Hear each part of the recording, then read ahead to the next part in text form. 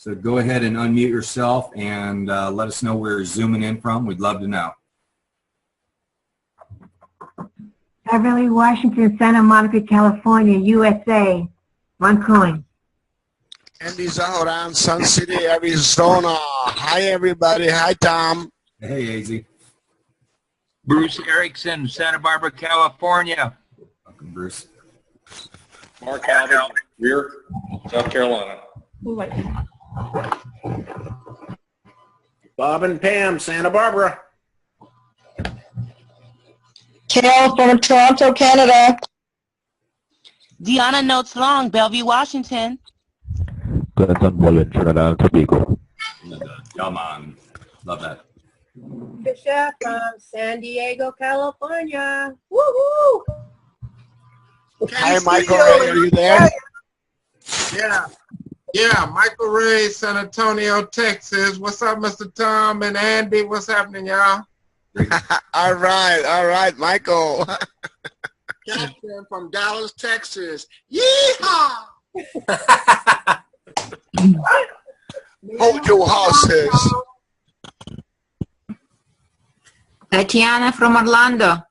Orlando, welcome. Margie Scott in Connecticut. Mississippi. Go ahead, Brad. Just saying hi. I'm from Long Beach, Mississippi. Welcome. Long Beach, Mississippi. I hadn't heard that one before. Bridget Slevin, Peoria, Illinois.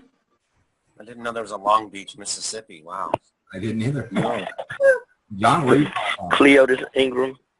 I'm from Long Beach, California. Oh.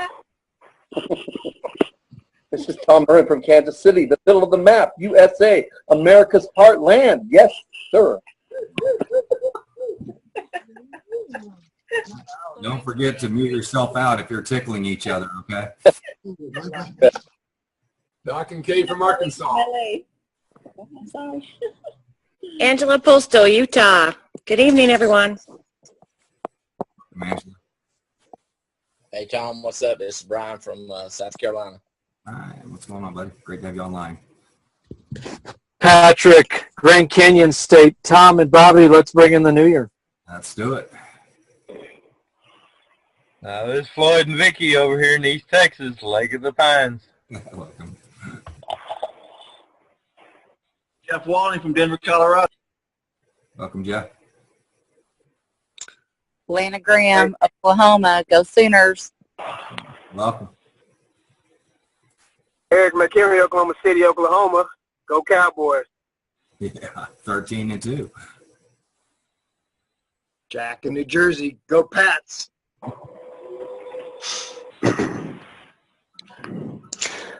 Hi.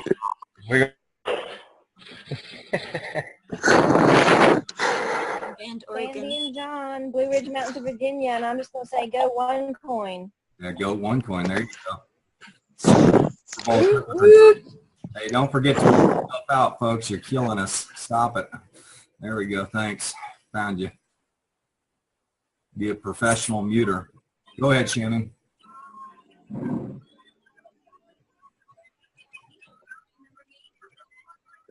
Hello, can you hear me? Loud and clear. Who's this? This is Lamar Parker from Durham, North Carolina. Lamar Parker, welcome. Thanks. This is JP from Santa Barbara, California. Welcome, JP. Great to have you online. All right. It's one of our Go emeralds. team leader. Woohoo! There we go. Dennis from Venice This here. is Cleo.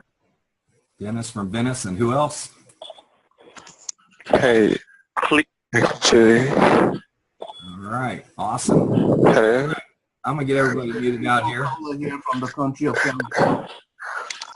Welcome. All right, everyone. We got everybody muted out there, and I'm going to bring up our superstar co-star tonight, Sagar. What's happening, buddy? How are you doing? I'm good, Tommy. I'm good. Just came from a great in-home with Joe. It was dynamite. I said, I got to leave. I got to go with my other partner in Atlanta and do my thing, and fixing to go on a little family vacation to the Caribbean. So I'm excited for 2017. I've got some grandiose goals boy, my throat is really hurting. Wow. I've got some great goals for 2016-17. I'm excited to share some tremendous value with everybody. This is a great year we've got going, guys. And, I think, one of the things that we're all fortunate of is to have some good mentorship and good coaching. Absolutely. We're going to be talking about that tonight. So awesome, everybody online. If this is your first time joining us, this will be an unusual meeting for you in that we're actually doing a training. We talk about in our business becoming a VC, and we're not talking about becoming a venture capitalist. We're talking about becoming a value creator. And so I would tell all of you, if you put a job title on your card and put VC on there, a lot of people ask you what that is. And when you talk about value creation, there's just a lot of people right now around the world that need value in their lives.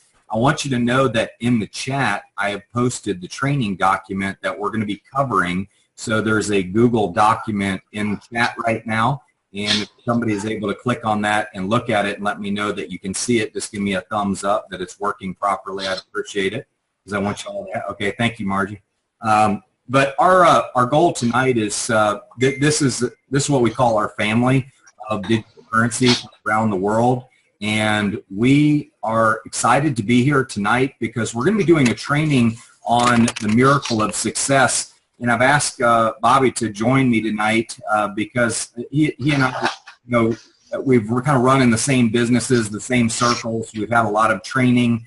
In working with sales organizations, doing a lot of sales. And we just want to kind of bring you our best tonight. And I'll give you the background behind, the miracle of success and where it came from. But again, if this is your first time, this will be an unusual one. We don't always do this, but because it's the end of the year, we wanted to give you 2 value trainings. And the first value training is called the Miracle of Success, which is a success strategy that I developed going through a very difficult time, and I'll share that story with you tonight. It's a difficult story to share, but I want you to know that it doesn't matter who you are or what you've been through. There's no reason why you can't succeed in what we're doing. There's the only thing holding you back in this business or in your life are the contracts that you have signed that you agreed to, and a lot of times we sign contracts that ultimately hold us back. And so I want to, just kind of give you a setup. I'm going to introduce Bobby and I'm going to try and save as many words as I can from him because I know his throat's killing him, but I'm going to give an introduction of our backgrounds. And I will say that, we've both been in the financial services business, but we'll spare you the success stories and everything. The one thing I know about Bobby is that he's a driven, determined dreamer. I am too. I know that he works very, very hard. I know that he has a lot of energy. I know that he has a lot of passion. These are things that we share in common. I also recognize that he's pretty fearless, when it comes to getting out there online and sharing, his information and what this is all about. He likes being on the cutting edge just like I do. We're both pioneers. We're just so excited to be here to be able to share information with you all that has helped us come out. And I shared the outline, with Bobby earlier today, and I just said, hey, would you mind joining me on this training tonight? Because I know you've got a lot of value to bring to the table and some insight, and I think it's just going to be very, very exciting. But I can tell you that creating miracles is one thing that I totally believe in. I think the person who invented penicillin created a miracle. I think the person, who's helped help cure, famine, for people that have created the mosquito nets have created miracles. I mean, people who've invented technology that draws water out of the ground in Africa in areas where it doesn't look like there would be water, they have created miracles. And I don't know how you put a definition on a miracle, but a miracle is when you affect people in a very positive way and you eliminate pain and you eliminate violence and you eliminate sickness and you eliminate hardships. I don't know what kind of miracles that you all want to create in your life, but the types of miracles that I want to create in my life are the ones where I help people create wealth so that they can go help others. And certainly there's miracles in knowledge, there's miracles in words, there's miracles in, helping people, reach success maybe when they didn't think they could. There's miracles in mentorship. There's miracles in inner awareness.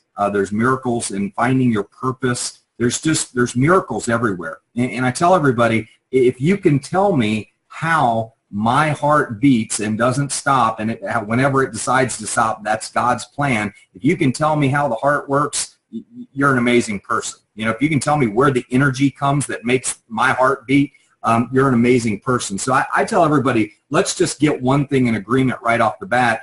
We are all miracles. I mean, we are walking miracles. I mean, there's not a doctor on earth that can explain our human body in its fullest, and we are walking miracles. And if you can agree with me on that, that's a good starting point for all of us to understand that you have the ability to create miracles within you because you are one. And I know that a lot of people need to create miracles in 2017. And I'm just excited to be here with Bobby, but I'll bring up Bobby for a second. And I know, Bobby, you've had a chance to look over the outline and just give you a few words as we kick this thing off. And what are your expectations for this training, and what do you hope to accomplish with it with everybody on here? We've got over 100 people on here right now that are eager to hear what we have to talk about tonight. When you sent this to me earlier today, I first looked at it, I says, wow, this is absolutely dynamite. But before I elaborate, Tom, let me say this, everyone. I like calling him Tommy, if you don't mind. Tommy, you used a word earlier, and I want to go back to that word, and the word is value. And I think there are a lot of people on this Zoomcast right now that do not realize or underestimate the amount of value you bring to the marketplace. Many years ago, back in 1996, I joined a coaching program in Canada. For 15 years, I stayed there. And one of the things that I learned that I still embody today is how much value can I bring to the marketplace? How much value, hence, the broadcast I did today, the broadcast and so on. But I want everybody to realize that the value that you could bring to the marketplace, to other people's lives, don't underestimate that. That is a big deal. And, you know, there a lot of times, many of you feel that you can't affect other people's lives, whether it's from a coaching standpoint, whether it's from a value creation standpoint. But that word, those two words, value creation, we bring so much value to the marketplace.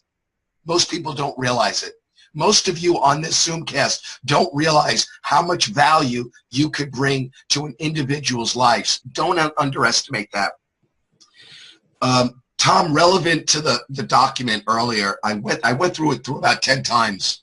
And I pulled over on the side of the road as I was driving to the in-home, and I looked at it again. This thing is spot on.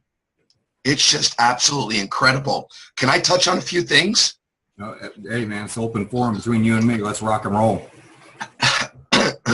When I looked at the first one, mentor, and whether we call it a mentor or a coach, I think that's one of the things that we underestimate.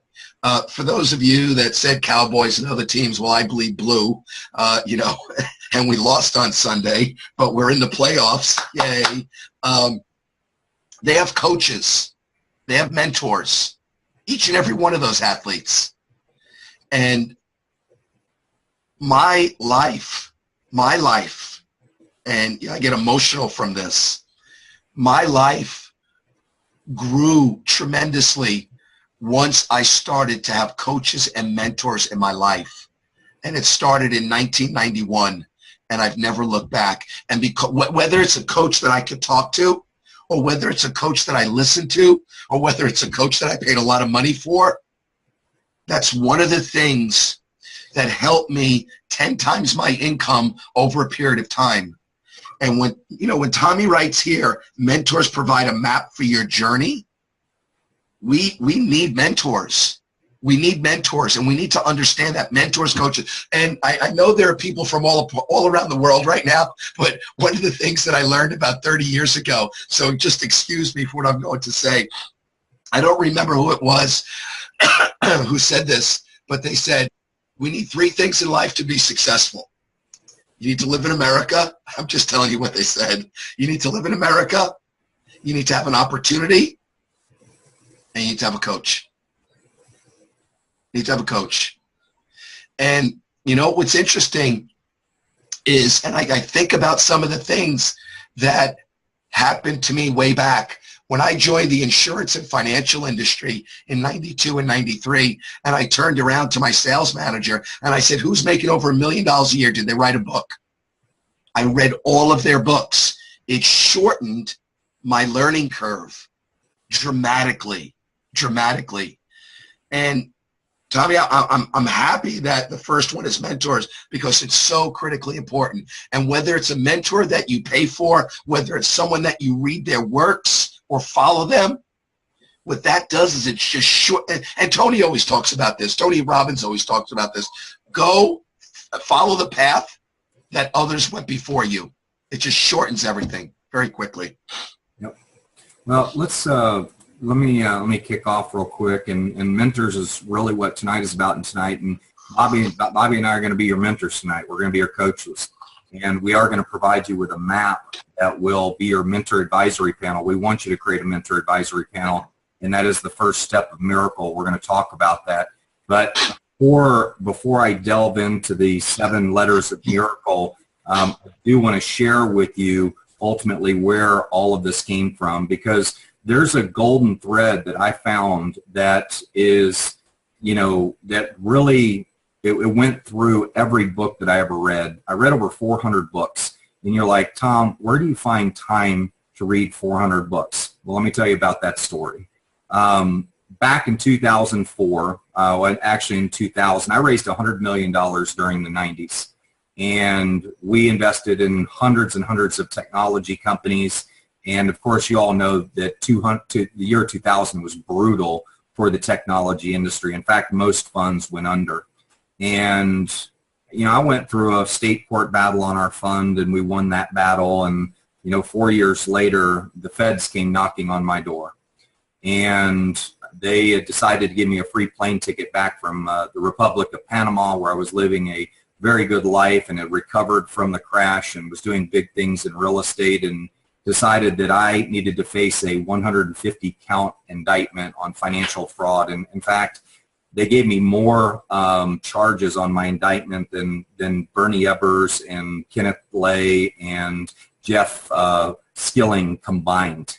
And they were obviously sending me a message. And, you know, I remember coming back and sitting with the prosecutor and him looking me in the face, and he says, we know all your assets, here's your financials, sign this agreement for 8 years in prison, or we're going to give you 25 years to life. So that was my deal. That was the deal that was put on the table. And, you know, I think when you come off of out of society and you think that just can't happen, that just can't be the way the justice system works. And so I ended up fighting it for 18 months. And my lawyer came back to me and he said, Tom, they are minutes away from offering you a trial with a no plea deal, which means that with 150 counts, you will go to prison for 25 years to life. There's just no way around it. You've got money laundering charges on here. You've got bank fraud charges on here. You have a litany of things that they can convict you on just because you didn't do proper documentation. And I remember going up into the holding tank that night. I was by myself, and I remember laying on the floor, crying my eyes out, flat on the floor, going, God, I need help. I need a miracle. This is not in the plan, because I'm a born fighter. I'm Irish, you know, so I'm thinking I want to fight this, because I proved our state case. I proved that we did the right thing, and, you know, I felt like I was going to fight it. And, you know, I woke up the next day and a message just came to me. It said, Tom, you know, you're getting ready to go through a desert, and you might as well, you know, go sit under the Bodhi tree and get enlightened. You know, you might as well go pray and meditate and get some self-awareness, because God's sending you a message loud and clear. You're not getting out of here anytime soon. And I remember asking for that miracle, and that next morning I wrote down the miracle acronym, and I started jotting down some ideas, and I said, you know, if I get out of here, in a decent amount of time, I'm going to change my life. But to change my life, and I heard you say this on a training yesterday or today, Bobby, I can't remember, when I was listening to you, you said Einstein's quote of, he said that many of the challenges that we face in life cannot be changed with the same thinking that created them. And I think he also said something about the definition of insanity is doing the same thing over and over again, expecting a different result. And I think I posted a question or a comment today in your training that said, until you start asking the right questions, you will continue to get the wrong answers. And I was asking the wrong questions, folks, in life. I was looking, you know, at a wicked drinking problem, even though I could raise $100 million, and I was Mach-3 with my hair on fire. You know, I was going the wrong direction. And I think God woke me up and said, you know what, buddy? I've tried everything. I gave you cancer when you were 30. You survived that, and you still became hell on wheels. I put you through addiction programs and everything when you were in your 20s. I saved you from a half a dozen car accidents where you didn't die and you probably could have, and you just hadn't woken up, buddy. And he just said, I'm going to put you through a time that's going to test you mentally. It's going to test you physically. And, you know, hopefully you'll still have a family, and you'll realize what's important to you when this is all done. And I remember I'd fought it for 18 months, and I remember going into the federal courthouse in this giant courtroom, and I'm sitting here going, I can't believe I'm here. I'm going in front of a federal judge who has authority over my life right now, and I'm going in with an open plea with I went in there to fight the charges with the judge. I was still fighting to the last minute. I was going to argue with the judge and tell them that I didn't do this. And I remember the judge hearing me talk for 15 minutes, I think my speech was. I went on for about 20 minutes. And finally he looked at me and he said, Mr. McMurrain, I'm afraid you're breathing too much of your own exhaust. 8 years, thunk. And he hit the gavel. And I was just like, I couldn't believe it. And you know, I think when people go through a tough time, you know, when I had cancer, you know, they said some people get cancer and they want to die. Some people get cancer and they worry themselves to death. And some people get cancer and they want to live. I remember when I got my cancer when I was 30, my daughter was born 2 days after that. And the 2 days after that, I went into chemotherapy for 9 months. Cancer had no chance, And I remember when I heard that gavel, I just said, you know what, I'm either going to make the most of this or I'm just going to lose my life. I knew if I got 25 years of life, there was no way I would do it. I would end my life. I mean, there was just no way I could to do that in my life. And it was one of those times where I was faced with a very, very, very difficult situation. Just like cancer. I compare it a lot to cancer. For those that have had cancer, it's a very lonely experience. It's something you go through on your own. It's very tough mentally. It's very lonely. And it's just something that you have to find a way to make it. And I got involved in the prisoner reentry program. I launched a prisoner reentry program called ITEA. Robert Kiyosaki sent us books. Scott Warren from A Purpose-Driven Life sent us books. We had the Viktor Frankl organization sent us books, A Man's Search for Meaning, the Sloan brothers. I remember all their names. I remember all the people that helped me, going through that experience. I remember my wife buying me 5 books, a week. I was mowing through a book a day, and I was taking notes. And finally, she slowed me down. She says, just don't read them. She said, take notes on them and learn it and internalize it. And today I have a stack of notes that's this thick of all the books that I've read and all the notes that are in there.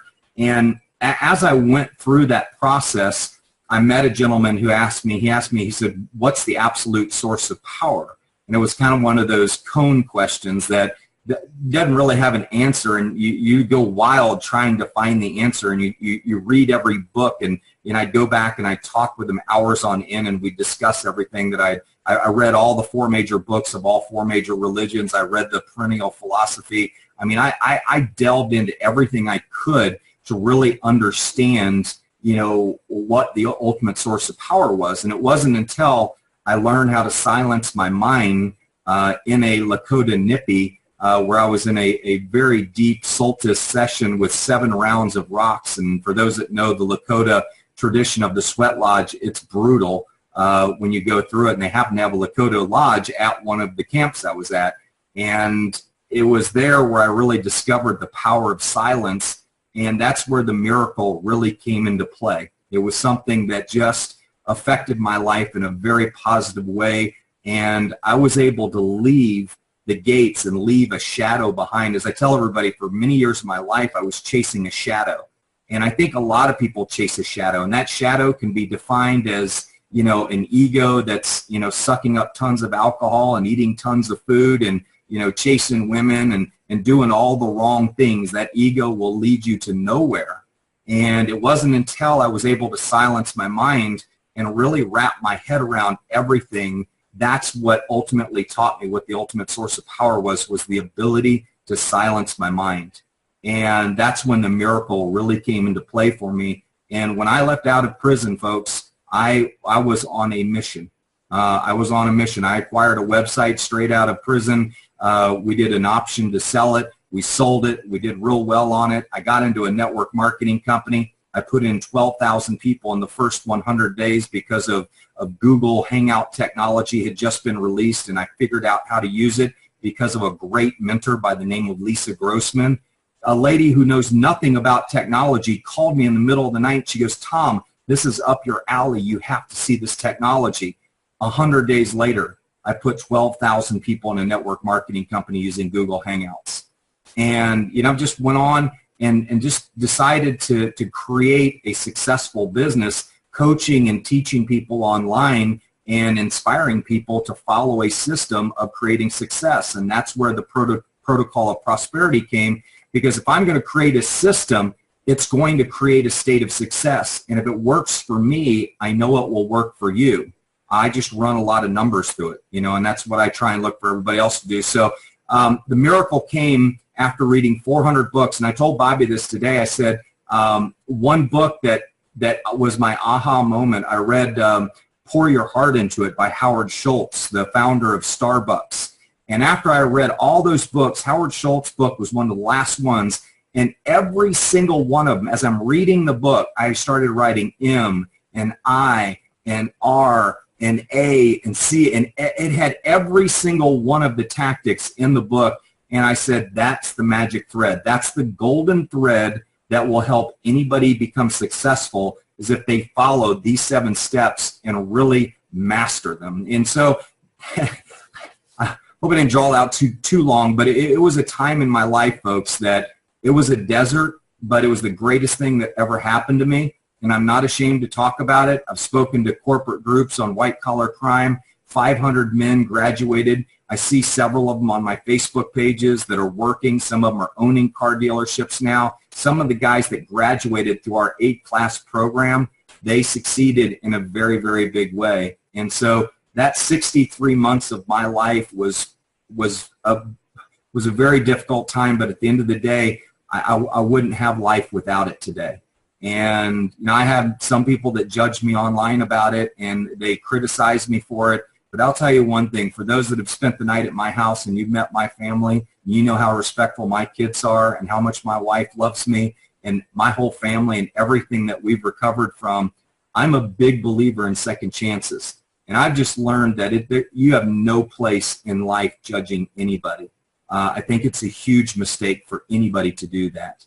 And I want you to know that you'll never catch me judging people. I look for people to succeed. I want people to succeed. I can't read what's on your heart. I don't know if you've got dreams in you. I don't know if you've got success in you. But I hope I can inspire you through this training with Bobby today to help you become successful in 2017. And we're going to share 7 tactics with you that are built around the acronym MIRACLE, that hopefully it will change your life, and hopefully something tonight will change your life. So keep an open mind and think about everything we say, jot down the principles, and think about how these different principles have touched you in your lives. All of you have been touched by these principles throughout your life. You may not have taken advantage of them. You may not have leveraged them as much as you should have, but understand that these principles will help you create miracles in 2017. And I just want to thank you for your time. I'm honored that over 115 people are on here tonight that want to hear about the miracle of success, because that tells me, with 115 people, Bobby, you know what we can do? We can create an army of hundreds of thousands of people, and I'm excited about that. So, Bobby, you kicked off Miracle, and I just want to say that only thing I want to add to Miracle is that a MAP is a mentor advisory panel, and I believe that all of us, we can have mentors in network marketing, we can have mentors in our spiritual life, we can have mentors at the gym, we can have mentors in our diet, we can have mentors in our marriage counselor. I mean, I've seen people that have great relationships, and I'm like, dude, what's the secret to your success in your marriage? And whatever they share with me, I'm like, I write it down. I'm like, okay, that was a mentoring moment. And then I also want to mention that mentors can be dead, they can be alive, they can be in book format. You can find mentors on TV shows. You may just hear a nonfiction or fictitious character say something that actually touches you and changes your life. But as we begin with the miracle of success, as Bobby kicked it off, M is mentors. You need a mentor advisory panel. The acronym is a MAP. And I also want to mention that each one of these has a memory icon, something to help you remember it. And a map, of course, a rolled up map that you lay out on your ship when you're out on your boat to figure out where you're going. Every journey begins with a map. And I will tell you, if you get into the network marketing business, one of the best things you could do is find 5 of the most successful people in your company and ask them, what are you doing that's working? What are the things that you would recommend that I do? And shut up and listen to them, because they'll give you the fastest point from A to Z that you'll ever get simply by listening to people that are doing it. Bobby, all yours. You made me more emotional. Some story, you really did. Wow. Tommy, you know what? I will, staying on the mentor topic, I don't, it's very difficult for me talking about myself. I've always had that challenge. Since we're being very transparent here tonight. I don't think I would have accomplished the things I've accomplished in my life without having all of the mentors that I've had. And I've had many, many mentors. And, my father always said growing up, read, read, read, read, read. And I never did. I didn't start reading until I was like 28 or 29. And I'm proud of my libraries that I have in our home here. But if it wasn't for all of the mentors, I wouldn't have accomplished the things that I accomplished in my life. But Tommy, you mentioned a word too that I mentioned this morning, and that word is silence. I think more than ever, in today's society, in the way we live and how we live, it's probably more important today to have that silence. And I work at it every day, every morning, during my miracle morning. Great book, by the way. And that silence is just so important. We need to have this clear in order to think, and that's so important. The other thing, too, is I'm just going to lead into that next one, Tommy. The inner awareness leads to integrity of life. And I thought about that. I posted something the other day in that we have to understand how we talk to ourselves, and not only understand how we communicate with ourselves, but also understand how we communicate with the rest of the world. I'm so conscious of listening to people throughout the day, and listening to their just the conversations that they have. That inner awareness. This was a big one for me, Tommy, over probably the last 4 years. The last 4 years of my life, this really became a big part of, I believe, how I've changed. And maybe you might want to ask my wife about that too. That comes from that inner awareness, came from a lot of different aspects. but having that inner awareness and that integrity was just a game changer for me. Yeah. You know, Bobby, the inner awareness begins with, you know, we got to have mirrors in our life. And mirrors can come from books. When you read a book, it's kind of like I read a book called Struggling with Demons, and it was by Manfred Reeves, and it was about bipolar people and people that struggle with these things. And there was this chapter that was so spot on with me. I mean, I literally cried at the end of the chapter. I called my dad, who I had a very estranged relationship, and I said, I want you to know I just read a chapter in a book that defined my life. And it really helped. It like when you read and you get inner awareness, Stephen Covey used to talk about true north bearings. And true north on a compass is true north. It's like, it's not 1 degree off. It's not 2 degrees off. It is true north. It's as north as you can possibly go. And when you have bearings set in your life, I mean, I was probably on true northeast. I wasn't about to get to my destination. I wasn't 8 degrees off. I was about 45 degrees off. But, you know, I think when you think about inner awareness, the memory icon is, of course, the compass. And how many of y'all have thought about a compass inside of you? How many of y'all have said, am I heading the right direction? You remember that quote I said today, until you start asking the right questions, you're going to continue to get the wrong answers? How many of you have a compass inside of you? How many of you understand that you're heading true north? Or are you heading on the directions that your mother told you? Your mother might have told you, you'll never be successful. Just find a rich husband. Or how many of your dads told you, you'll never be as rich as I am, don't even try? You know, or how many of them told you, you'll never hit the ball as far? I mean, I hate to say it, but there's a lot of people in our lives that bring sickness into our lives. They mess up our compass. And we realize that our compass we've got all these little magnets around our body that we need to start pulling off because they're screwing up our compass. But inner awareness, I remember when I originally wrote the chapter on the Miracle of Success book, and it was something I never published. I just kept it in my own personal book. I may publish it one day. But the idea behind it was, it started with integrity leads to success. But then I questioned, I said, what leads to integrity? And I just believe that if you don't have inner awareness, you're not going to have integrity. And, you know, inner awareness begins with what's my strengths and my weaknesses. What's my little voice telling me when I want to go do things, you know? And I really found that inner awareness, when I was able to silence my mind through meditation and through the Lakota Sweat Lodge ceremonies, I was able to bring the waves of my ocean, of my mind, back to the surface and create a very clean surface. Like my mind was totally relaxed. And that's when you actually communicate with your soul or God or whatever you want to call it.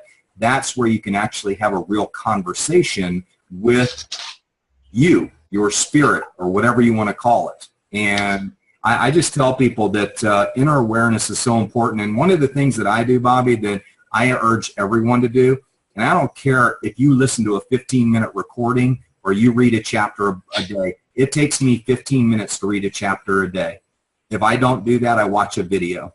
I watched several videos on a YouTube Mastery today. That was part of my education today. But every day, if every single one of you will commit one 15-minute period to education every day in 2017, you will see your life transform. Because you know what that is? It's the equivalent of reading 33 books a year.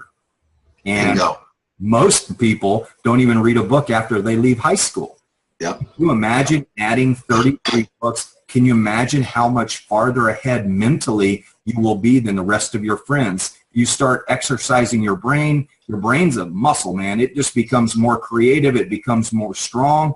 And you can actually use that brain to go create miracles in your life. And so inner awareness begins, folks, with looking at books. When you read Howard Schultz's book, you know, pour your heart into it. You understand the struggles he went through to build Starbucks. When you read Ray Kroc's book, Grinding It Out, and you see the struggles that he went to build McDonald's. That's a great book, wasn't it? Tommy, I read that book in I read that book in 2006 out east. It inspired me so much that I franchised my company. Yep. franchise my company, number one. But Tom, you mentioned a word. I just want to go back to it before we leave this topic. Everybody, Tom mentioned a word called the mirror. I sit in front of that mirror or stand in that mirror every morning for 10 minutes, and I look at myself for 10 minutes. I say certain things, but you want to talk about inner awareness. Wow. And Tom, that was the part that I was saying earlier, that was one of the things that I started doing a year or so ago. And that inner awareness, who am I looking at? You know, where do I want to go? And really asking the right questions. That was one thing that affected my life beyond words. Beyond words. The other thing too is the other day I saw a video. It was on TED Talks or something, and this one guy was talking about his life, and what changed his life was he committed to learning and studying his craft 1 hour a day. 1 hour a day.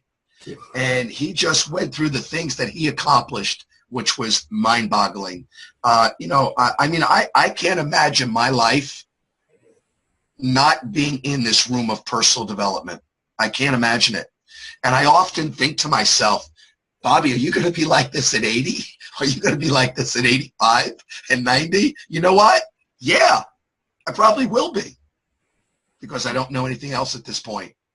Because when we were in, Tom just mentioned the brain is a muscle. And when you train it so, like those men that left that camp, that prison, they came out and they were very successful. That's what they knew. That's what they knew. The fifth graders don't talk to the fourth graders. The sixth graders don't talk to the fifth graders because they grew. And that's the biggest thing that I love about this business is the personal growth. It's amazing, you know, when you think about, I remember my dad, he would have us listen to all the Nightingale Conant videos when we went to the lake place during the summertime and springtime.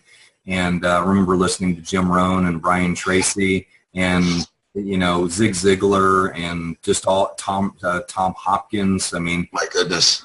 Yeah. Isn't that amazing? And I remember sitting at a conference, at a Tom Hopkins conference, and I was sitting there by myself at lunch. And all I remember hearing this voice go, "Excuse me, young man, can I sit with you?"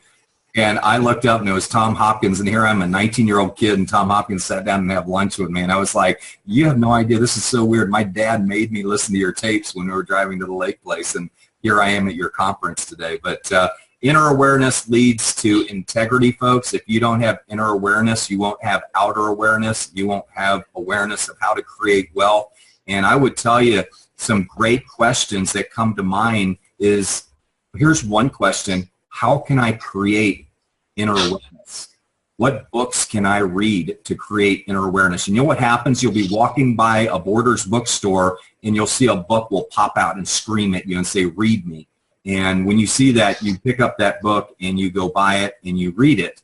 But one chapter a day, folks, will change your life, and it will create inner awareness. And I'm not talking about reading romance novels or anything like that. I'm talking about reading books that help you identify how to best maximize your mentors, how to gain greater inner awareness. But remember, a compass is the memory icon for inner awareness. Bobby and I want every single one of you to gain inner awareness, and we want every single one of you to go get a compass. And by the way, next time you're at an antique store, when you think about it, I would like all of you to think about, maybe if you're at the flea market and you see an old antique map and maybe it's $5, I want you to pick it up and I want you to buy it.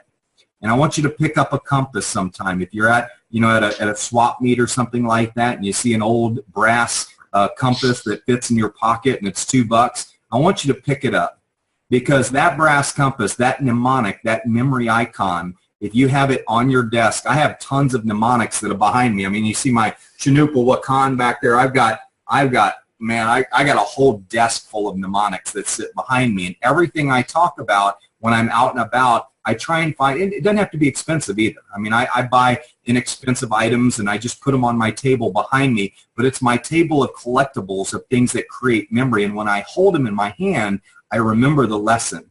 And it's pretty cool. So I'll share my back table with y'all sometime. It's pretty fun. It's got some great stuff on it. But it's very cool. And yeah, I mean, if you're a Christian, you ask the Holy Spirit or whatever your faith is. I know everybody comes from different faiths, and you know, after reading the perennial philosophy, and I'm fine with people pursuing their own faiths. I mean, that's something that is we all get judged at the end, and that I guess that's where we go to. But I'm a big believer that we create peace on earth. I'm a big believer that we create heaven on earth, but I'm also a big believer we can create hell on earth as well. And I think that all of us in our actions as we create miracles, our desires to create wealth, our desires to create time freedom, our desires to help other people. Bottom line is you got to have a good heart and you got to have good inner awareness to be able to accomplish those lessons. And so, Bobby, let's move on to the next one. We'll talk about re-engaging your purpose. And I can honestly say that right now I probably haven't found my ultimate purpose. Somewhere is on this sailboat. For some reason I'm led to want to take a catamaran or a trimaran around the world. I'll probably find my purpose working with children or working with business people around the world and doing training or building a blog. I bought the domains the other day, Bobby. I bought sailpreneur.com. Sailpreneur.com I thought was a pretty cool one, but maybe creating a blog and showing people how they can live their dreams and going to all these villages and Bali and Indonesia and just all over the place and just saying, hey, I'm here to coach you and help you, show you bankless banking, how you can start selling your wares around the world. I don't know, but re-engage your purpose. You know, they say when you think of the memory icon, you think of a gear shift. You're either in forward, you're in neutral, or you're in reverse. Folks, there's only 3 options. I mean, you're either doing nothing, you're just in idle, or you're going backwards and you're not pursuing your purpose. But right now, a good question to ask, Bobby, if I were to ask you, I say, Bobby, are you engaged in your purpose? Are you re-engaged in a purpose? What mode is your gear shift in right now? Are you in forward? Are you in neutral? Are you in reverse? So I had an epiphany about 6 years ago. And 6 years ago, it occurred to me what my purpose is. Why am I here? Why did the guy above put me on this earth? And I know what my purpose is very deep inside. And sometimes it fades away and sometimes it comes in, but I know what it is. And the other day, I had another, I don't want to say a wake-up call, but it was another aha moment. And you'll see more of that after once I get back. And that purpose and my purpose, and this is why I'm here now, is to lead, train, and inspire people. That's why I'm here. That's why I'm put here. Tom, you and I have a lot of commonality. I'm a good sailor, by the way, and I love to drive cars fast. So when you said gear shift, baby, I'm in third gear, and the torque is high, and I'm moving forward. And so the other day, you know, I'm thinking, I don't know where I was, but it occurred to me, and I said to myself, Bobby, you have so much value. You have so much value to share with people. You've been in this room of, and you know what? This is that inner awareness and sometimes the not knowing of oneself. And I said to myself, you know, you've been in this room. You stepped into it 30 years ago, 29 years ago. In this, and all of the things you've read and you've studied and the coaching, it's amazing what you could share with people. So, hence what I did this morning, hence what I will do a lot more in the new year. I've got plans set and so on and so forth. So I'm in forward, Tom. I'm in forward gear. I was put here to inspire people. And I've been hearing it so much from the world telling me that. That's why I'm here. to lead, train, and inspire people to their greater good. That's my purpose. Yeah, you know, a lot of people say that, oh, you know, Tom, when I have the money, I'll pursue my purpose, or when I have...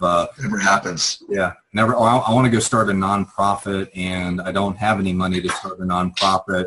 And I just tell people, I say, you know, if you can find your purpose, if you find something that, you know, makes you feel good. I think the saying is, if you had all the money in the world, what would you do today, every day? What would you go do? And I honestly believe I'd be out on the water fishing and going to these different villages and finding ways to create enterprises and help lift people up and coach and do the same thing. So I think that every single one of you, you might say, I'm not a mission kind of person. Well, you might need some, but you might need some deeper self-awareness, because I can't believe that anybody that's going to generate massive success is not a mission-oriented person, or has a purpose, or they're re-engaged. So memory icon, of course, if you've been on a boat, they have two throttles. One throttle is the gas throttle, and the other throttle is it puts it in forward, reverse, or neutral. And so the first part of the throttle that we're talking about, re-engaging your purpose, of course, we're talking about the gear shift. So the question that I have for you tonight is, are you in forward, are you in neutral, or are you in reverse? And if you're in neutral and if you're in reverse, why are you there, and what can you do to change it?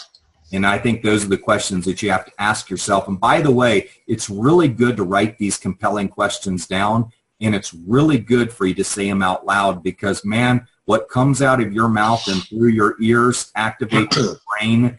It's a miraculous device. They say if you genuinely want an answer to a problem, all you have to do is verbalize it, and your brain will seek out that answer, and it will help you find it. And every single one of you have the same power. I mean, what are we using, like 3% of our brain, or 5%? I don't even know what it is, but it's like something ridiculous. But forward motion only. That's right, Deanna. That's fantastic. So, Bobby, let's jump into the next one. So that's re-engage your purpose. Everyone, I tell you, your purpose, like my purpose right now, is to educate people on blockchain-based technology. I don't think that's my overall large goal, but it definitely is integrated with my life's purpose of teaching. How many of you all would like to be 7-figure-a-year teachers? Wouldn't that be cool? To go out and teach people the coolest things in the world, show them how to create wealth. How many of y'all would like to be a teacher of financial independence? How many of y'all would like to be a teacher of showing how to eliminate famine, or using blockchain-based technology to disrupt an industry that's been taking advantage of people and ripping people off? How many of y'all have the desire to do something great? And if you don't have the desire to do something great, why the hell not? You know, you were put on this earth to do great things. And the only thing holding you back from doing great things, the only thing holding you back from realizing your purpose, is the contracts that you have signed with your own beliefs. And I would just tell you, if you haven't read The 4 Agreements by Don Miguel Ruiz, probably one of the greatest books on earth, but he talks about making sure that you tear up agreements that are holding you back. And a lot of us have those agreements, and those agreements come in the form of excuses. And so the next topic I want to talk about, Bobby, is attitude determines your magnitude. And there's only one thing that creates a powerful attitude. There's only one thing that creates a positive attitude, and that is when you put positive content into your mind and you accept it as self-evident, and you live it, breathe it, and repeat it. And I'll tell you a funny story, Bobby. I've never seen a scary movie. I've never watched Texas Chainsaw Massacre. I never watched that Grantville Amity movie, or whatever it was, the one that Amityville Horror. Yeah, Amityville Horror. That was it. I don't even think I ever went to Rocky Horror's Picture Show, and if I did, I was out in the parking lot drinking with my friends when I was a teenager. But I never have watched a scary movie, and I don't listen to foul music with cuss words in it. I was laughing the other day. We were waiting for our ticket. We were coming back from St. Thomas, and my wife and I were sitting by the Spirit customer service. Oh my God, you want to hear the most violent people on earth?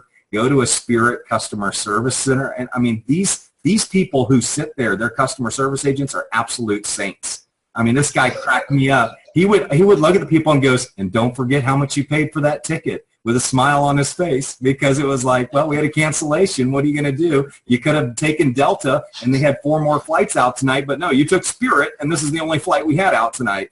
But it was so funny to hear this guy, and I'm sitting there going, that dude is one of the most positive people on earth, because I sat there and listened to 50 people, 50 complainers that were all victims, it was never their fault. And I listened to these people, and I said, this is either a lesson for me, I'm polluting my mind, or I'm loving listening to this guy deal with all these people. But that dude had attitude with magnitude.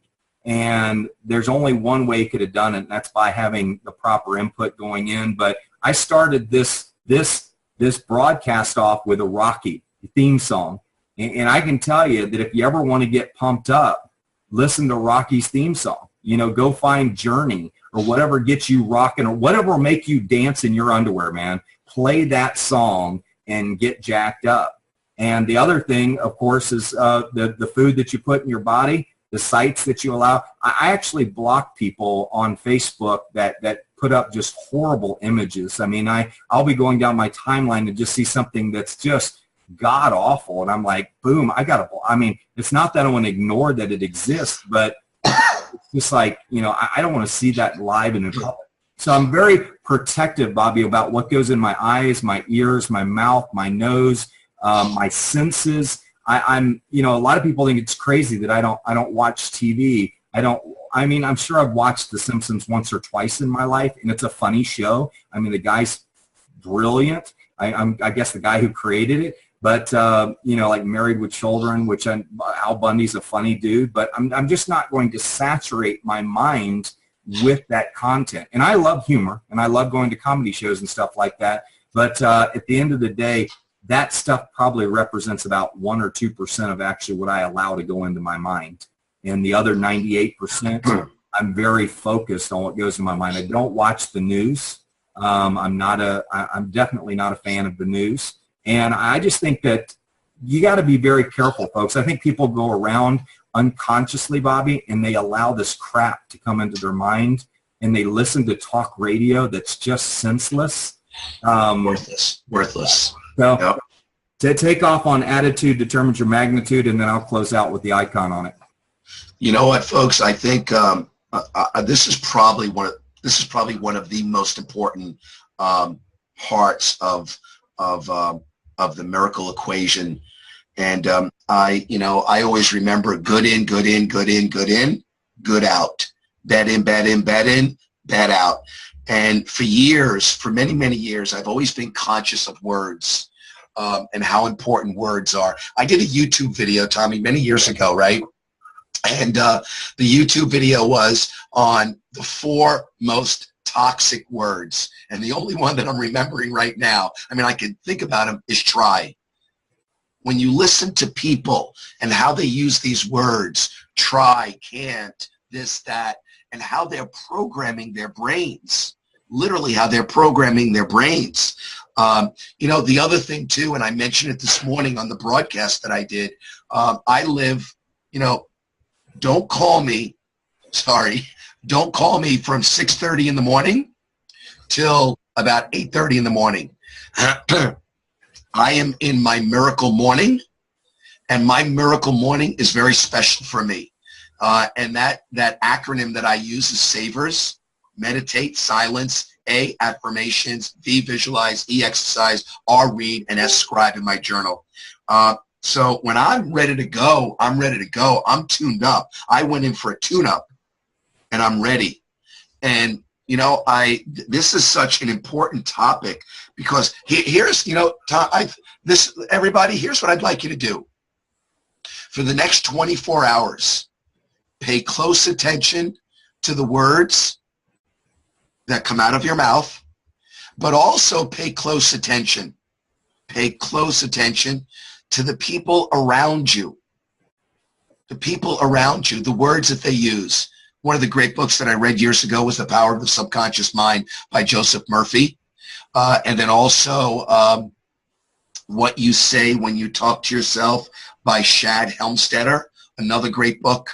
But the words that you use during the course of the day, I will tell you, will probably determine your life. Will determine your. I'm just very conscious of this topic, extremely conscious, and I'm hard on myself. I am hard on myself. And everyone, I want you to be hard on yourself. Just listen to the words. And, you know, as Tommy mentioned earlier, you know, you've got two types of questions. You've got empowering questions and you've got disempowering questions. And the questions that you ask yourself will determine your answers, good or bad. Good or bad. Tony said that years ago. Years ago. Ask yourself a better question. Ask yourself a better question. So I love this is a big part of the equation here. I think also, you can, it's amazing what a quote will do for you. I remember when I heard that one quote that said that many of the challenges that we face in life many of the challenges we face in life will, I remembered earlier, many of the challenges we face in life cannot, I'm at a loss there. I've got so much on my mind for what we got to talk about, but I know that we go back to the definition of insanity. It was very similar to insanity. It's just people continue to do the same things. It's like you tell them, oh, don't watch the news, or instead of watching an hour of the news a night, go watch an hour's worth of TED videos. Instead of watching the news, go listen to an hour worth of empowering music. There's just you all are in control of what comes into your mind. And I think all of you need to be, and that'll lead us into the next topic when I'm done talking about the icon, but I think you got one more thought, Bobby. Yeah, you saw that, right? You know, it's like when you listen to the words that come out of our mouths, you know, people will sometimes say to their children, oh, go clean up your room, it's a pigsty. Guess what it will always be? It will always be a pigsty. I'm very, these are the words. When we were raising our children, I did my damnedest to always say to our children, I never wanted to say, I'm proud of you. I always wanted to say, be proud of yourself. Because when you say, I'm proud of you, for the most part, they'll always look for acceptance from other people. It's strong. So this is a big talk, but I got a lot of good stuff for the next one too. Well, let's talk about the memory icon real quick for attitude determines. The attitude determines your magnitude. Is obviously there's two throttles to a boat. There's the gear shift, and of course there is the gas throttle. And I just have a question. Have you slammed that gas throttle down so hard that your knuckles hurt? Are you full steam? Are you full RPM? Are you maxing out your engine? Are you at full horsepower right now? That's one thing that I look at everybody, and it's like, well, no, Tom, I got kids, I got this. And all of a sudden they start throwing out their excuses, and it's like pouring water in the gas tank. And I don't know if you've ever had water in your gas tank in a boat, but it's a bad thing, especially if you're out at sea. But yeah. Kudos, Tom. Kudos to Anthony. Anthony, you just mentioned something which is very key, which is very important, and I use during the course of the day. If something negative comes in, cancel. And I'll never forget when I was with New Skin in 89, 90, 91, and 92, a woman, very successful woman, Martha Lowry, she would always use the phrase, cancel. Good. Thanks for reminding me about that, Anthony. Thank you. Yeah. So attitude determines your magnitude. Of course, we've got the gas throttle of your boat or whatever, your sailboat, whatever it is. But you got to make sure, folks, that you got your handle down on that thing. You got your hand on it. And, I'm sure there are times to let it up occasionally when you need to recharge your batteries and stuff. But have a firm grip on the gas pedal of your life. Don't let anybody else control that gas throttle. I think it's very important that you are in full control of that. And that leads me on to the next topic. And the next topic is, shoving the food under the door. I've had that done before. I got holes. Yeah. Gerald's bringing me water. I'm out of water. Okay, Gerald, we got 3 more to go. But you need is some Herradura silver, maybe tequila to cure that throat. But anyway, but you know, it's amazing to see, you know, when you look at people and what they eat, and of course, there's so many toxins and things we can put in our body, and just how we react to it. And I just tell everybody, just be very conscious about what you allow to go into your body. And that leads us into our next topic, which is we want you to create consciously. There's a lot of sleepwalkers in life. There's a lot of people that go around and let life happen to them. I do life, okay? I don't let life happen to me. I do life. And I want all of you to think about doing life rather than just letting life happen to you. But when we talk about creating consciously, we start mapping out our goals. You know, we start thinking about the things that will make our dreams come true. And as a conscious creator, it's kind of like, what can I consciously create, Bobby? What ultimately is my purpose to go create? Do I want to work for Habitat for Humanity? Do I want to go work down at the food kitchen? Do I want to consciously create smiles on people's faces? Do I consciously want to give back? Do I consciously want to help people? Conscious creation is such a powerful thing. And I just think that so many people are caught up in life trying to make a living that they don't have time to invest in creating consciously. And they make excuses as to why they can't be a conscious creator. You have the power of creation in you. You have the power of God in you. Go use it and create something great.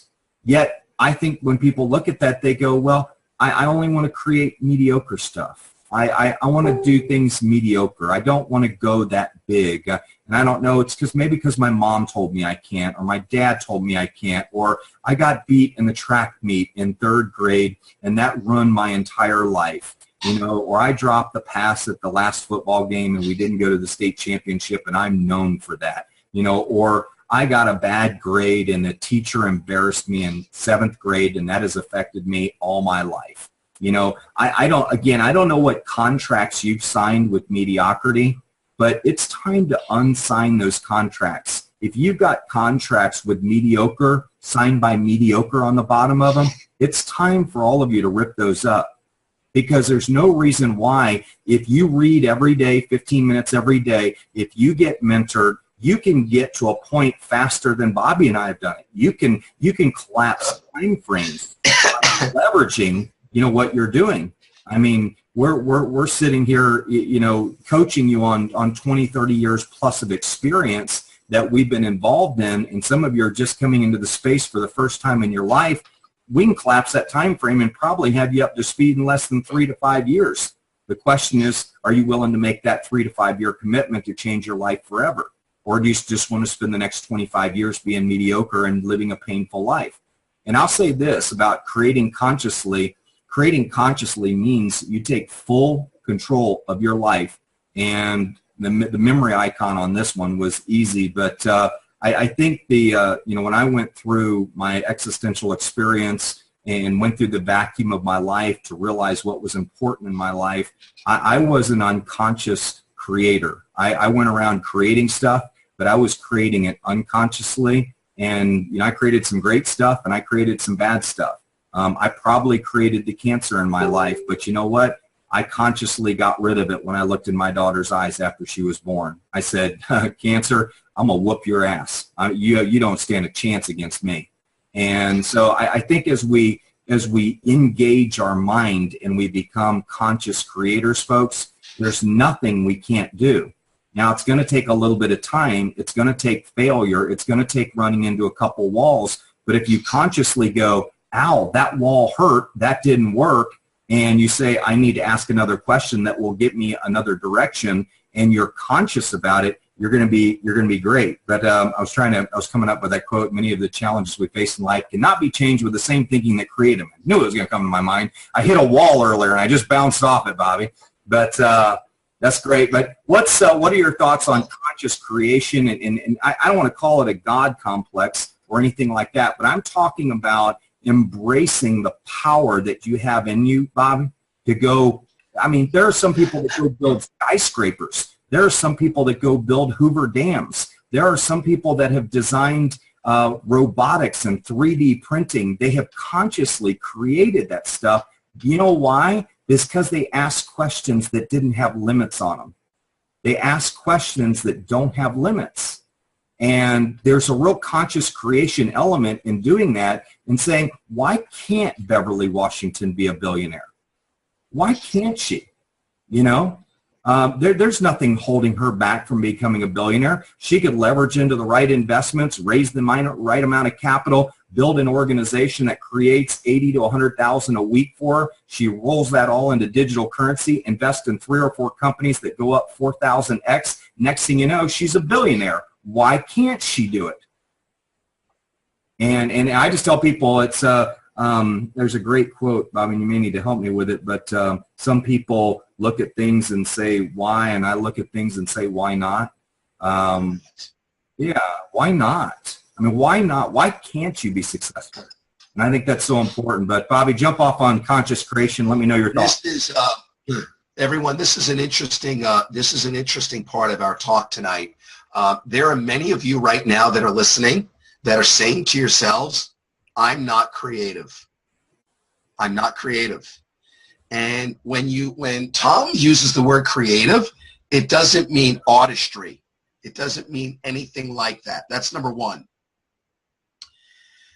I think the challenge that most people have, Tom, is this.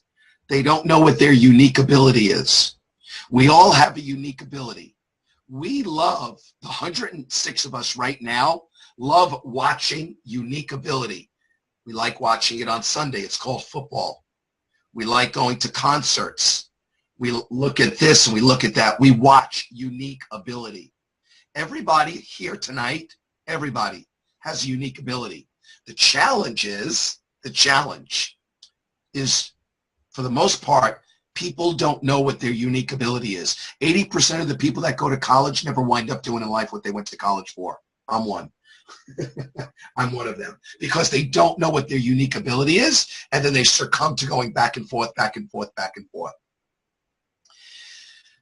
In 1996, someone suggested that I go to this particular site and take a particular, it's not really a test, it's not personality, but it's about unique ability, and I'll share it with you in a second.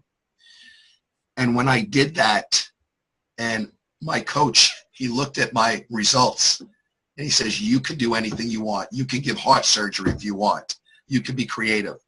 But what was interesting is when Tom, after I read Ray Kroc's book, Grinding It Out, and by the way, the movie is coming out in a few weeks, The Founder, with Michael Keaton. After I read that book, I said, I'm franchising my company. And I did. We sold franchises and blah, blah, blah.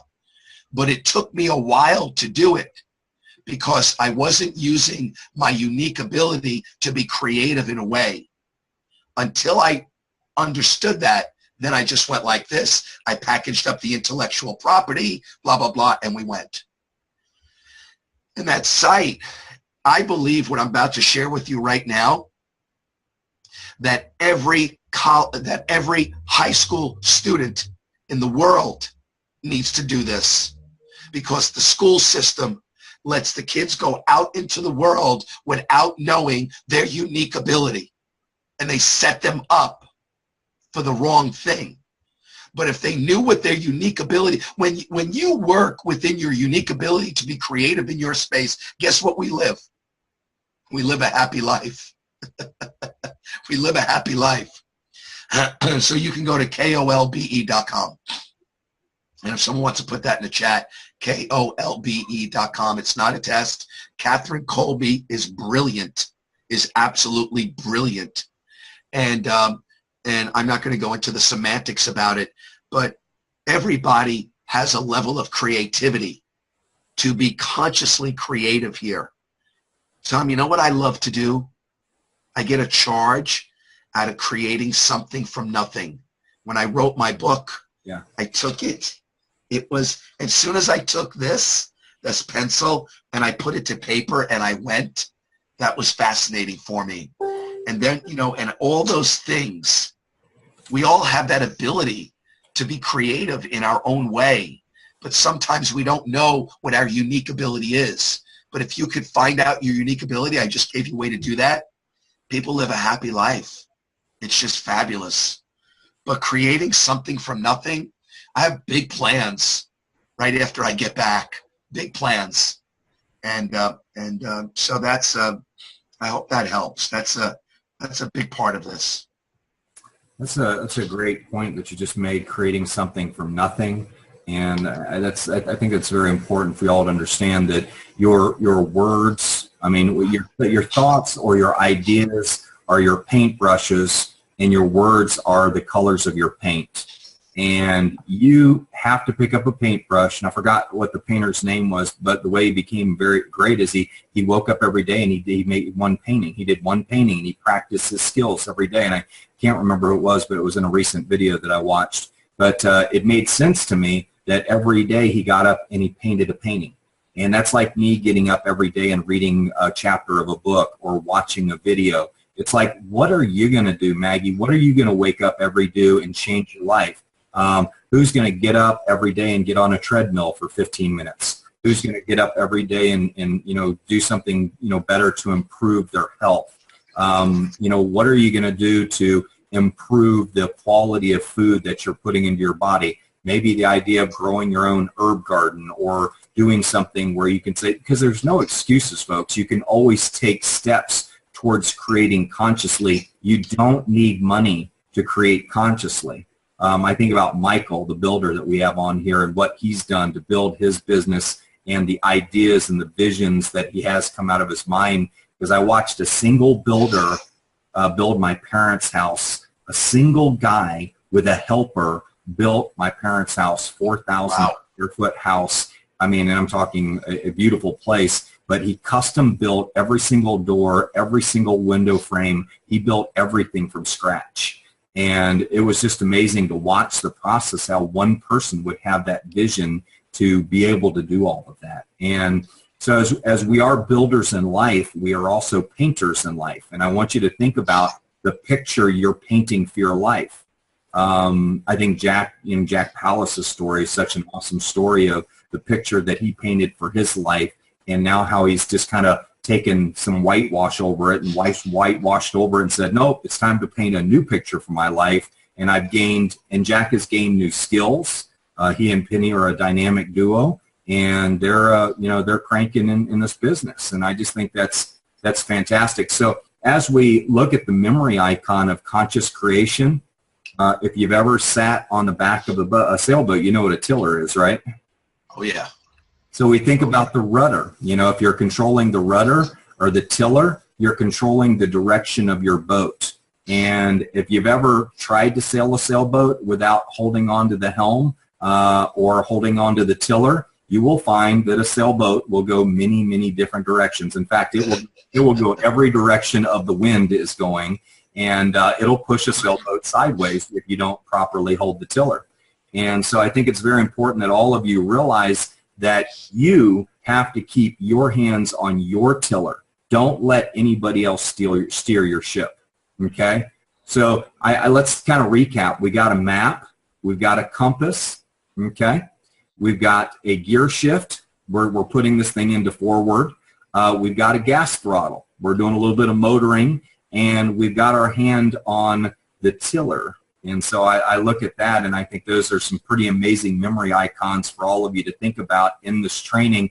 So let's move into a topic that helped me put 12,000 people into a business in 90 days, and that was the letter L, which is leverage, time, technology, and talent. And this is such a powerful thing because leverage is a two-edged sword. You got to make sure you know when you're using leverage and how you're using it and when to pull back on it. Leverage can be dangerous too, so you got to be very careful with leverage. But the best way to learn leverage, it's kind of like I have people, they say, Tom, how do you post 24 hours a day on social networking? How do you post on Facebook 24 hours a day? Don't you ever sleep? It makes me laugh. So I say, well, I leverage technology, and I allow a Postcron or Hootsuite to do my posting while I sleep. because I've learned that there are 2,221 hours in the night that I sleep throughout the year that I could be actually marketing. 2,200 hours. Bobby, could you use an extra 2,200 hours of marketing in your life? That's leverage, baby. That's leverage. And so when we talk about leveraging time, technology, and talent, that's leveraging time. I'm leveraging the talent of the guy who created the software program, and I'm leveraging the power of the software program. But I think all of you need to think about, how can I create more leverage in my life? How can I do more? Some of you have, how many of y'all have $50 a month to invest in your business?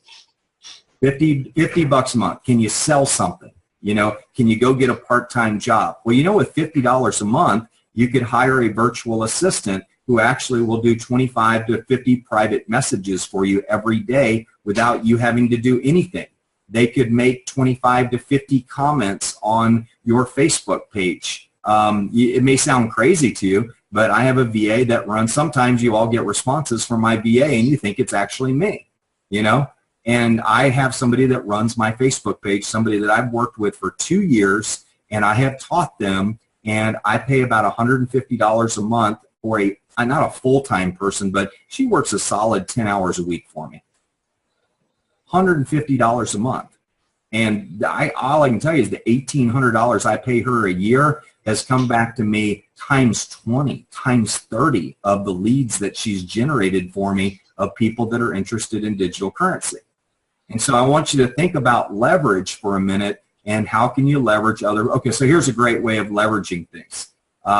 You know, meet with one of your good friends about digital currency and do a who do you know approach, and leverage the relationship that you have with that person. And when they give you a name and they say, I meet with Bobby Sagar for lunch, and Bobby says, you know, Beverly Washington, she's quite the online marketer. She's doing some big things. She's got some really good contacts. You ought to chat with her about this. I think she'd be interested. And so next thing you know, I call up Beverly and say, hey, Bobby Sagar, you know, credible person, had a successful franchise business, sold his franchises. You know, he's asked me, he told me that you're the type of person to be interested in looking at what I'm doing with digital currency. Do you have a moment? Well, I just leveraged a relationship with Bobby. You know, and so I think it's very, very important that all of you consider leveraging time, technology, and talent to grow your businesses. Some of you are trying to do it all by yourself, and it's a big mistake, because there's not enough hours in the day for you to sit in front of Facebook that much to post as much as I do, and it won't work. And so, Bobby, I think leveraging, you're talking about franchising, that's leverage. That's when you're using other people's money to grow your business and expand your brand, and you're selling your products through those franchises. That's what I call the ultimate leverage, is franchising. Yeah, it was more than $150 a month. Yeah. You know, Tom, this the one above, create consciously, flows into the leverage time and technology. This is one of the commitments and plans that I've made for the following year. I'm going to challenge everybody, all 104 of us, and that is to make at least, or post one piece of content a day. Post one piece of content a day. But here's where your unique ability comes in too. Beverly might want to do an audio clip. Katie might want to do a video, or whatever the case may be. I love doing videos. I enjoy that. I'm good at it. It's one of my unique abilities. So I aim to leverage technology a lot more in the upcoming year. And, you know, we have that ability to do that. You know, I use a lot of different things for ads and so on and so forth. And I'm doing other things. We have other plans coming and in the works right now as well. But I'm all about that leverage word. You know, as much as I could use leverage, I'll use it. You know, I have a guy that he leverages me, Bobby. He basically takes all of my posts and he cut and pastes it, he puts them on his page.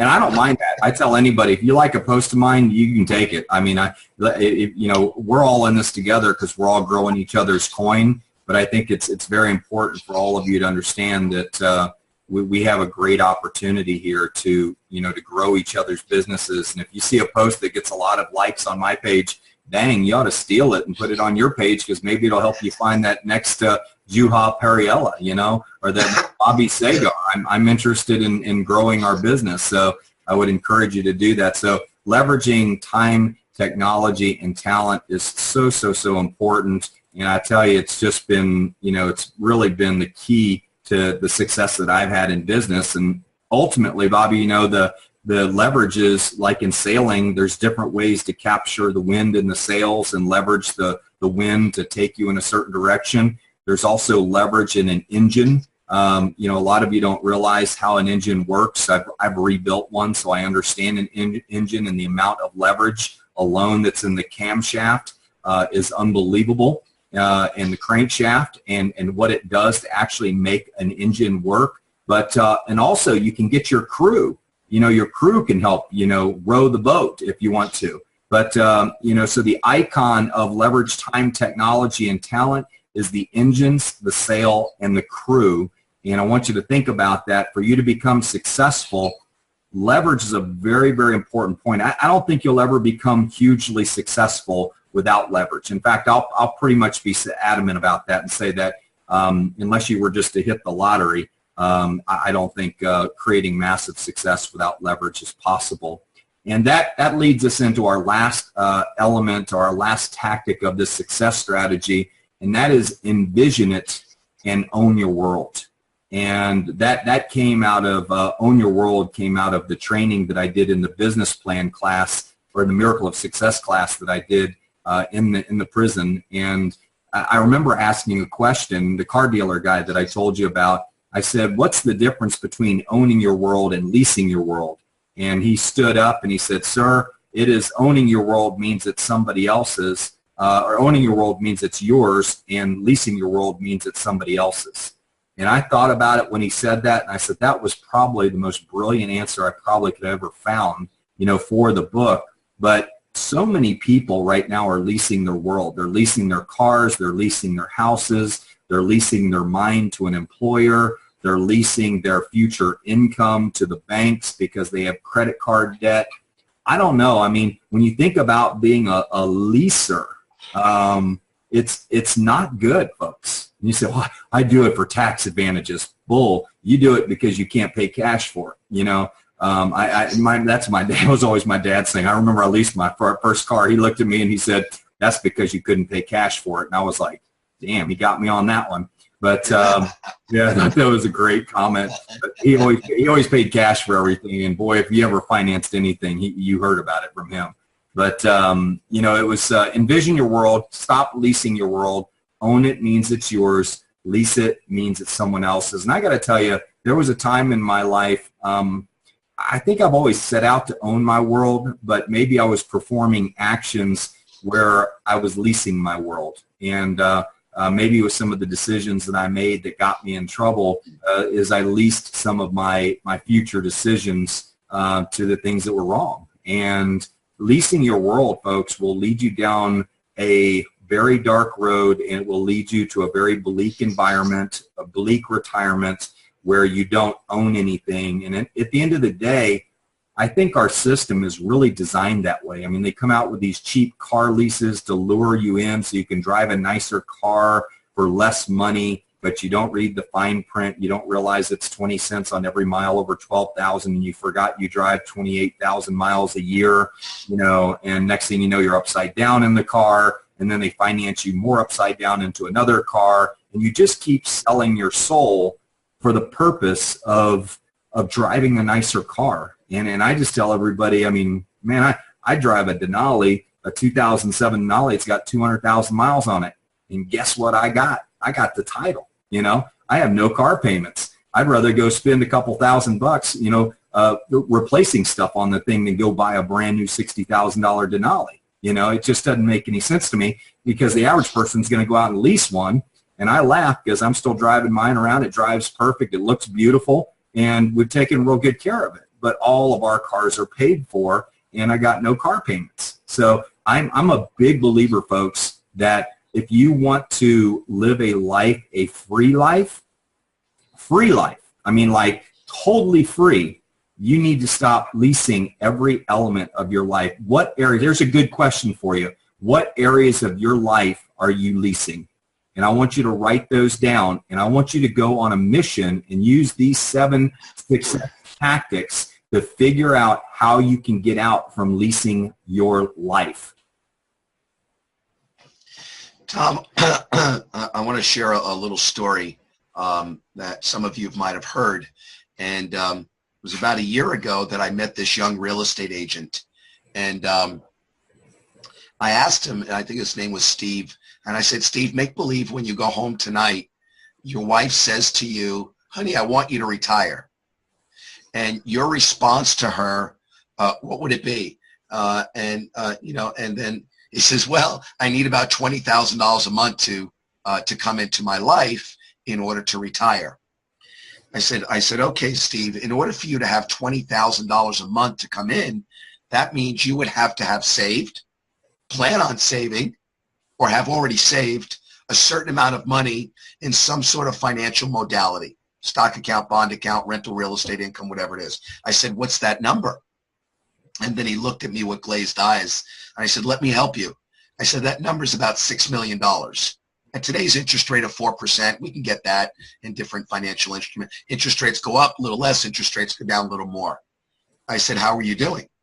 And I said, how many people in their lifetime have saved $6 million? 1 out of 100. 1 out of 100.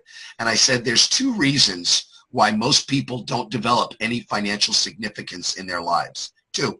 1, they're in a trading time for money dilemma. They don't have the leverage, Tom. They don't have the leverage. They're going back and forth, back and forth, back and forth. And the last thing, which goes into what Tom just brought up, is that we have to look at ourselves in the mirror in the morning and say, good morning, boss. Our children growing up were never told, go to school, go to college, come out and get a good job. They were never told that. I'm very contrarian like that. They were told, go to school, you want to go to college, fine, but eventually you work for yourself. You build your own business. You don't make another woman or another man rich. We live in America. There are people coming from other parts of the world to this country because our streets are lined with gold. We need to work for ourselves, whether it's part-time, whether it's full-time. And this is the best business to be in to get all your tax advantages part-time. So I've been in my own business since I'm 22 years of age. Long time. 10 years ago? Thanks. So our memory icon for Envision It, you got to see it first in your mind, folks. And I'll tell you, I told somebody the other on a training a while back, I said, you know, when we charter our sailboat, the one that I specifically want, you know, when I step foot onto that sailboat, I'm going to smell the leather. I'm going to feel the smoothness of the fiberglass. I'm going to sit in that chair at the helm, and I'm going to hold on to that steering wheel and close my eyes and envision myself pulling into Indonesia and all the just the great places that I've researched around the world that I want to sail to, and all the islands that I want my wife to see. And I'm going to just close my eyes and I'm going to envision it. And, you know, as we're sailing, I'm going to hear the wind go through the sail, and I'm going to hear the spinning and the zing of the lure, the fishing rod on the back as that pin reel starts screaming with a tuna on it. So we're going to have fresh sashimi and, you know, right out of the water, you know, and it's just kind of like I'm going to hear my kids giggling and bouncing off the trampoline into the front of the boat, and just all the things. I'm going to just smell every smell and embrace that moment of that, you know, $30,000 1-week trip, you know, where I go out and know that I will own that experience, and my brain will set out on a mission to acquire the $2.4 million it's going to cost to buy the boat that I want and to be able to sail around the world and do this. Folks, Tom, I got to interrupt. Just a second. I'm sorry. Folks, did you hear the way Tom imparted that vision? I mean, just listen to that, how he imparted the vision, the smell, the zipping of the line as he's pulling in the jib or the spinnaker or whatever it is, the leather. That's the deal right there. That's the deal. That was so great. I want to be there with you. And you know what? That boat is like it'll be a memory icon for me when I go through it, and it'll be, $30,000 that I'll not only spend for a family vacation, but it'll be an anchor in me that will help me understand what it's going to take to make it happen and increase the intensity of my desire to want to do it, and, give me the boat that I know that will be safe for my family and comfortable and provide the opportunity to be able to realize the dream that I want to dream. So all of you, when you think about your dreams, whether it's a brand new car that you're going to pay what? Cash for, okay? Go drive that car. It may not be a 2016. It might be a 2012. In fact, I would recommend that's probably a smarter deal. Go drive that 2012 and then stretch yourself a little bit more as you make more money and can buy that car out of the gains from your principal, not your principal. It's important that all of you envision how you're going to acquire the material things that you want in life, but do it wisely. I made a suggestion to everybody before the holidays. Second guess buying that big screen TV. Maybe go buy a Bitcoin instead. That Bitcoin might turn into $1 million. That TV ain't going to turn into $1 million. I can guarantee you. I can guarantee you that right now. It's going to turn into I bought a 60-inch from somebody off of Facebook for $150. Okay. I'm like a bargain hunter, dude. I love going to junk stores and flea markets and pawn shops. I don't buy anything brand new, but it's probably why we've done well is because I haven't paid retail for anything. I don't believe in it. Bobby, you believe in retail? I live in New York. Yeah, your retail capital of the world. But anyway, killed him on that one. So let me, I don't know. I mean, we could take some questions if you all want to pop some questions in. But, the memory icon for Envision It and Own Your World, guess what it is? It's a telescope. Envision yourself on the front of that boat with that, pull it out and envision it and look into the future. Folks, you've got to see your future before you can create it. You have got to envision your future.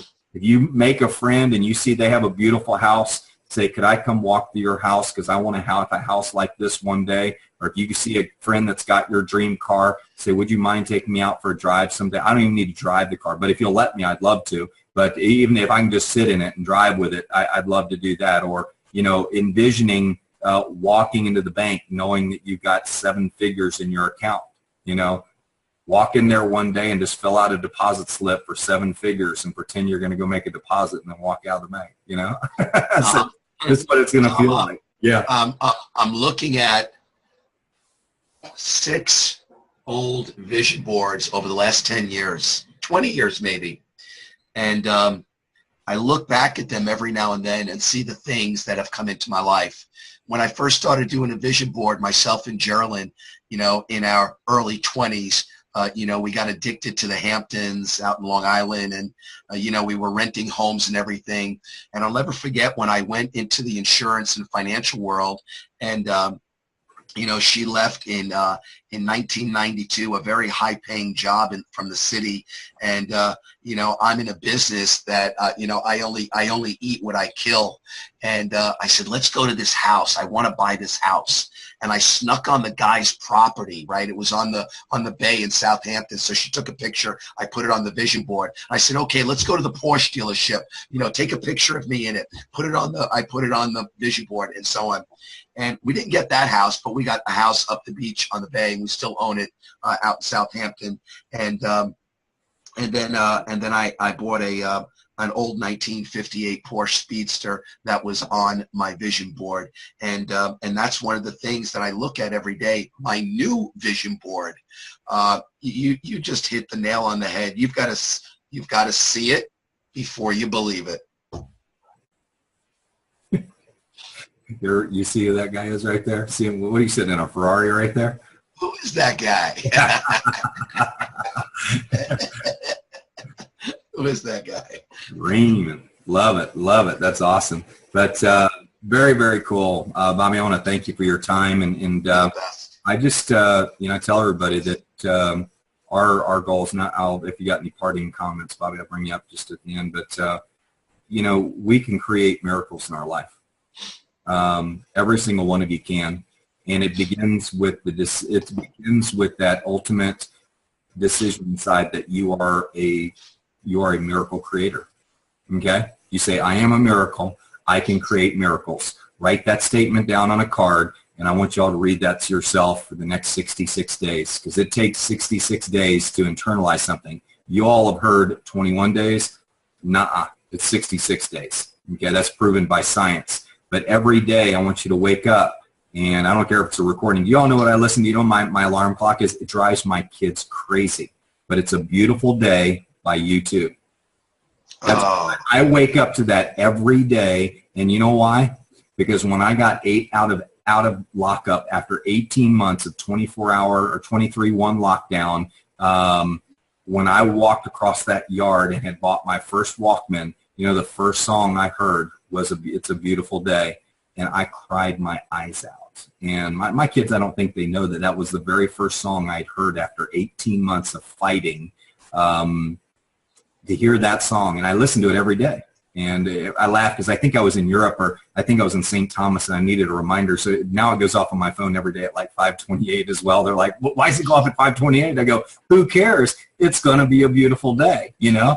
And I love it. But it's such a great song, and U2 has got probably some of the most inspiring lyrics of any band in the world. And my favorite band. Yeah. He never gets old. He's an enlightened dude. I mean, when music gives you the chills, I just say when anything gives you the chills, folks, and this is just a bonus, if anything ever gives you the chills, understand there's enlightenment somewhere in the area. Okay, there's something around you that's ready to change your life, and I'm a big believer in that. But we want you to create miracles in 2017. Thursday night, I'm going to do a goal setting session. And I'm going to see if I can talk with Ed Hartley and see if Ed Hartley will join me on Thursday night if he's not traveling. But we're going to do a goal-setting section that's based off of a book that I read. It was really a great book, but it broke down. I want you all to think about 10 goals that you want to create in 2017. Just material goals. Goals are quantitative. They're numbers. They've got numbers attached. They are material things. They are wealth things, their amount of money, their amount of freedom.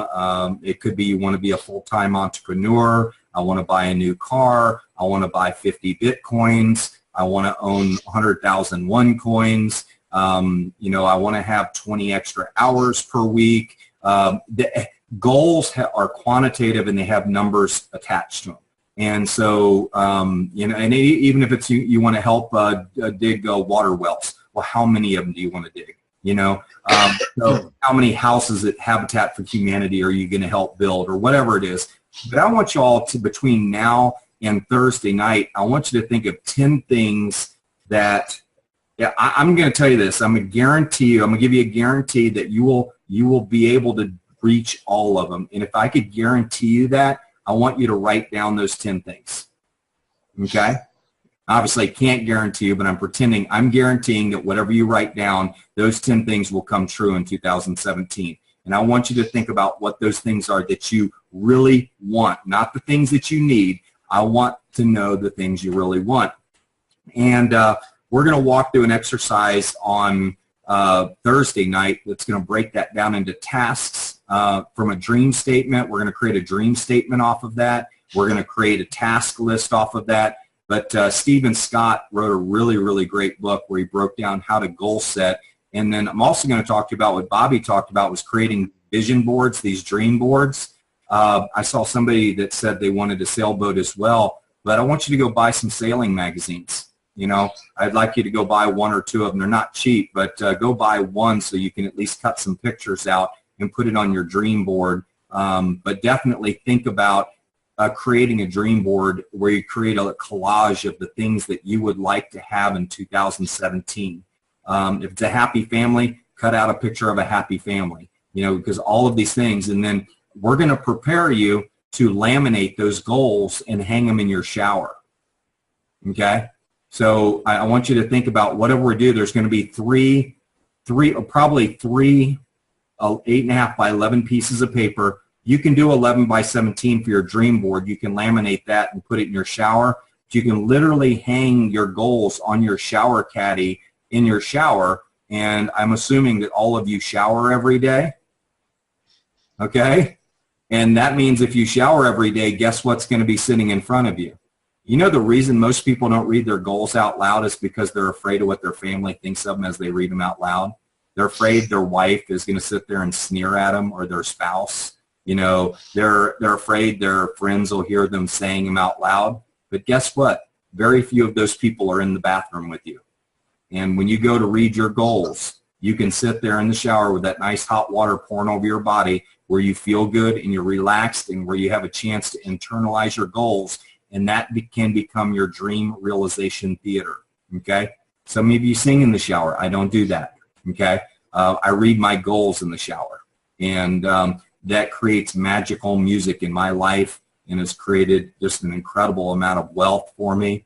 And folks, creating miracles is where it's all at. And I can tell you that you have no excuses in your life at all. Every single one of you can create miracles. And if you don't believe it, you're wrong, and that's your fault, and you need to tear up that contract. And I want to thank you for taking the time to listen to Bobby and I tonight. Bobby, I'll let you leave some closing thoughts on it. But it's just so incredible to be friends with all of you and have the opportunity to mentor with you and train from you. Bobby, I got some great wisdom from you tonight. Thank you for joining me on the training. It's been a real pleasure working with you. Bobby and I don't work in the same lines, but we both work for the same value of the coin. So Bobby, it's great. You're special, my friend. You really are. You're special, and you're one of the best things that happened to me in 2016, and I mean that from my heart. And folks, I'll leave you with this. And this is something that I learned from Jim many years ago. There's the wind that blows, since you brought it up, Tom. There's the wind that blows. And, you know, the wind that blows is, well, you know, well, I didn't want that guy to go into office, or it's raining out, or I don't like my in-laws, or whatever it is. The economy is this, that's the wind that blows. But we need to make sure that we adjust the set of our sails correctly. Yep. And the set of our sails is your attitude. I'm going, baby. Our attitudes, how we process information, how we treat other human beings, and everything that Tom and I talked about tonight. It's about the set of our sails and our philosophy. I love you, Tommy. Take care, everyone. You too, man. Peace. Thank you very much. Thanks for being online. And so, folks, we got our map. We got our compass. Hopefully, you're in forward now. You've got your gas pedal down, okay? You got control of your rudder, okay? You know you got your engines. You got your sails. Like Bobby just said, you got your wind. You're ready to leverage time, technology, and talent. But most importantly, you see where you're going with your telescope. So take all of those memory icons that we've created for you tonight and use them to go create miracles in your life, but also use them to create miracles in other people's lives. And I want to thank you for being online tonight. We'll be back Thursday with a full-blown webinar at 1 p.m. Eastern time. So that'll be the last one of 2016. So let's blow it up and have a huge crowd on there so we can have an awesome new year. I want to commend those who stuck with their business through December. There's a lot of people who give up and go focus on spending all of their money. A lot of you focused on creating wealth, so I want to congratulate you on that. And then Thursday night at 10 p.m. Eastern time, we will have a goal-setting session that will help you. And I want to emphasize that everybody that's on that session, I want you to have your goals set by January 1st. And I heard Bobby say that he readjusts and tweaks his throughout the year, and I think that's a great idea. But I want you to have 10 core goals in place of 10 things. I've guaranteed you you're going to get them.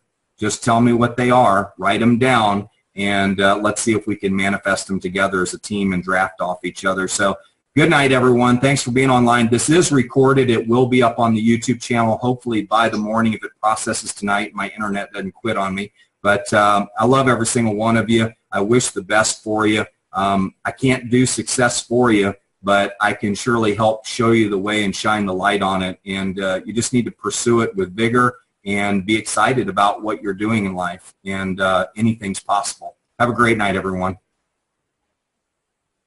All right, Carl. Thank you, Tom. This was awesome.